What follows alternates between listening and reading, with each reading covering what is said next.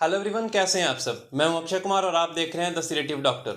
I hope आप सभी लोग अच्छे होंगे, आप सभी लोग मजे में होंगे। तो आज के इस वीडियो में हम ह्यूमन किडनी से रिलेटेड एक बहुत ही इंपॉर्टेंट टॉपिक के बारे में डिस्कशन करने जा रहे हैं, जिसका नाम है पेल्विक किडनी।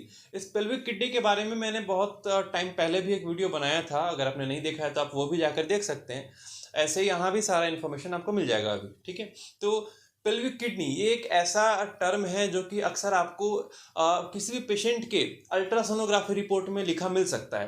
पेल्विक किडनी को अब बहुत सारे अलग अलग नामों से भी हम जानते हैं, जैसे रिनाल्टोसिस, nephroptosis, floating kidney, wandering kidney, ectopic kidney. ये सारा एक ही कंडीशन है, ये कुछ अलग अलग नहीं है। तो आज के इस वीडियो में हम यही जानेंगे कि पेल्विक किडनी क्या है, ये कैसे होता है, इसे कैसे डायग्नोज करते हैं और इसका कैसे ट्रीटमेंट किया जाता है, क्या क्या मैनेजमेंट है इसका, ठीक है।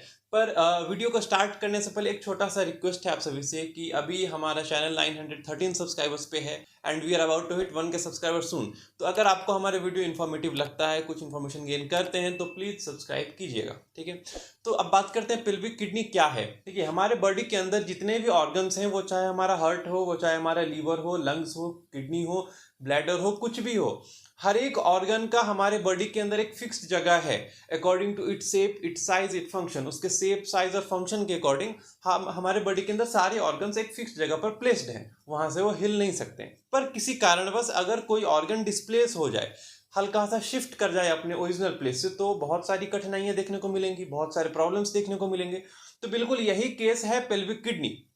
हमारे किडनी का भी एक फिक्स्ड प्लेस है हमारे बॉडी में, और वो फिक्स्ड प्लेस कैसे है, हमारी ही बॉडी का कुछ स्ट्रक्चर्स है, जैसे मसल है, लिगामेंट्स है, ऐसा स्ट्रक्चर्स है जो कि हमारे किडनी को एक जगह पर होल्ड करके रखा है, एक जगह पर फिक्स्ड करके रखा है।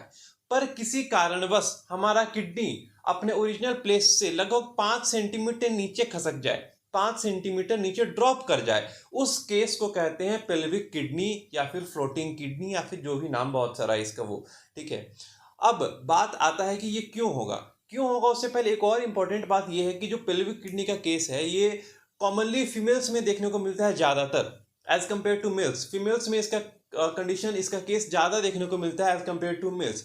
अब बात करें कारण के बारे में कि आखिर ये पेल्विक किडनी क्यों देखने को मिलता है, तो सबसे पहला और सबसे कॉमन कारण है कंजेनाइटल एबनॉर्मेलिटी। यानी कि मोस्ट ऑफ द केसेस में ये जो पेल्विक किडनी का केस है, ये पेल्विक किडनी का जो कंडीशन है, ये जन्म के समय से ही प्रेजेंट होता है, पर पता नहीं चलता है, क्योंकि जन्म से ये टोटली एसिम्प्टोमेटिक होता है, कुछ भी सिम्टम्स नहीं आता है इसका, इसलिए कुछ पता नहीं चलता है। पर्सन अपना लाइफ मौज में, मस्ती में अपना एज यूजुअल जीता है। पर लाइफ के लेटर स्टेज में, after puberty, after adulthood, body में जो भी फिजियोलॉजिकल चेंज कुछ आना शुरू होता है, तब फिर पेल्विक किडनी का सिम्टम्स उभर कर आना शुरू होता है। एक एग्जांपल लेते हैं फीमेल्स के केस में। शुरू से कुछ भी सिम्टम्स नहीं दिखेगा, आफ्टर बर्थ एकदम नॉर्मल लाइफ रहेगा, पर जैसे ही प्रेगनेंसी के बाद, पर जैसे ही वुमेन प्रेग्नेंट होंगी, तो बॉडी में बहुत सारा फिजियोलॉजिकल चेंजेस शुरू होगा।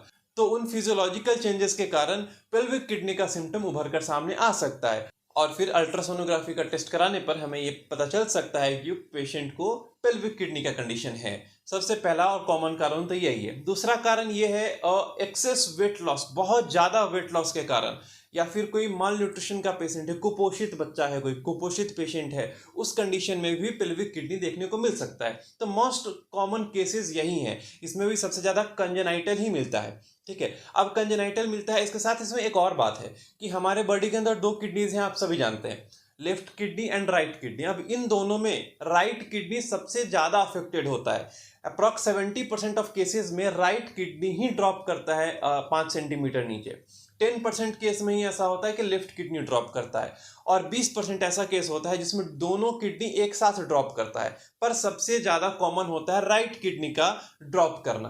क्लियर। अब बात करते हैं सिम्टम्स के बारे में कि ऐसे पेशेंट्स में क्या क्या सिम्टम्स हमें देखने को मिलेगा।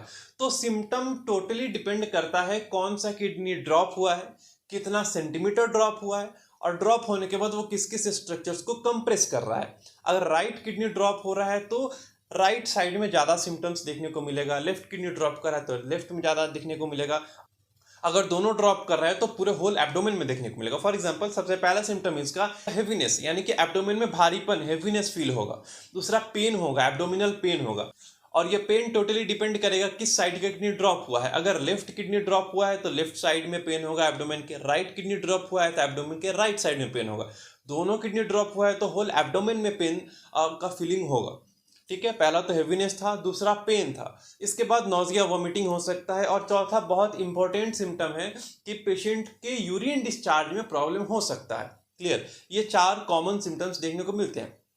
अब बात करते हैं कॉम्प्लिकेशन के बारे में कि ऐसे पेशेंट्स में आगे चलकर क्या क्या कॉम्प्लिकेशन देखने को मिल सकता है, यानी कि पेल्विक किडनी के केस में आगे चलकर लेटर स्टेज में और क्या क्या अलग अलग केसेस देखने को मिल सकता है। तो सबसे पहला बात यह है कि जैसे ही किडनी ड्रॉप करेगा नीचे 5 सेंटीमीटर जितना भी ड्रॉप करेगा नीचे, ड्रॉप करते ही क्या होगा कि यूरेटर ट्विस्ट कर जाएगा, यूरेटर मुड़ जाएगा, और यूरेटर मुड़ेगा तो यूरिनरी डिस्चार्ज में बहुत ज़्यादा प्रॉब्लम होगा, यूरिनरी डिस्चार्ज नहीं हो पाएगा, हाइड्रोनेफ्रोसिस हो जाएगा, नेफ्रोटिक सिंड्रोम देखने को मिल सकता है, और रीनल फेलियर देखने को मिल सकता है। तो ये कुछ मेजर कॉम्प्लिकेशंस हैं जो कि देखने को मिल सकते हैं पेल्विक किडनी में। बट अगेन ये भी डिपेंड करेगा कितना सेंटीमीटर किडनी ड्रॉप हुआ है उस पर। क्लियर। अब बात करते हैं इन्वेस्टिगेशन के बारे में कि आखिर हम इस पेल्विक किडनी को पता कैसे करेंगे। ठीक है, तो इसका सबसे बेस्ट और सबसे कॉमन जो डायग्नोस्टिक टेस्ट है वो है ultrasonography of the lower abdomen. इसमें हमें क्लियर कट पता चल जाता है कि पेशेंट को पेल्विक किडनी का कंडीशन है, किडनी कितना सेंटीमीटर ड्रॉप हुआ है, कौन कौन से स्ट्रक्चर्स को कंप्रेस किया है, वो सारा कुछ इन्फॉर्मेशन हमें मिल सकता है। और एडवांस अगर टेस्ट कराना चाहें तो सीटी स्कैन पे जा सकते हैं। क्लियर, ये दो जो कॉमन टेस्ट हैं वो यही दोनों हैं ना। अब अगर बात करें मैनेजमेंट एंड ट्रीटमेंट के बारे में, तो इसका एक सर्जिकल मैनेजमेंट है, सर्जिकल ट्रीटमेंट है जिसे हम नेफ्रोप्लेक्सी कहते हैं। इसमें बेसिकली हम करते क्या है कि जो किडनी डिस्प्लेस हो गया है उसे उठाकर उसके वापस जो ओरिजिनल जगह है वहां पर ले जाकर उसे फिक्स कर देते हैं। This is the nephropexy. ठीक है, इसके अलावा जो मेडिकल ट्रीटमेंट है यानी कि दवाइयाँ इसमें कौन कौन सी चलाई जाती हैं, तो ये भी डिपेंड करता है according to symptom and according to complication. Symptom क्या क्या आ रहे हैं, कॉम्प्लिकेशन क्या क्या आ रहे हैं, इसके बेसिस पर दवाइयाँ दी जाती है। कितना सेंटीमीटर किडनी ड्रॉप हुआ है, कौन कौन से स्ट्रक्चर्स कंप्रेस हो रहे हैं, ठीक है, और क्या क्या सिम्टम आ रहा है, इन सारी चीज़ों को मद्देनजर रखते हुए दवाइयाँ दी जाती हैं पेशेंट को। ठीक है, तो ये एक शॉर्ट ओवरव्यू है, शॉर्ट डिस्कशन हुआ पेल्विक किडनी पर। आई थिंक आप सभी को ये समझ आया होगा। अगर कोई भी डाउट है आपको इससे रिलेटेड तो बेहिचक कमेंट सेक्शन में पूछिए या फिर हमारे इंस्टा पर डीएम कीजिए। तो फिर मिलते हैं अगले वीडियो में किसी एक नए टॉपिक के साथ। तब तक के लिए be happy and be safe.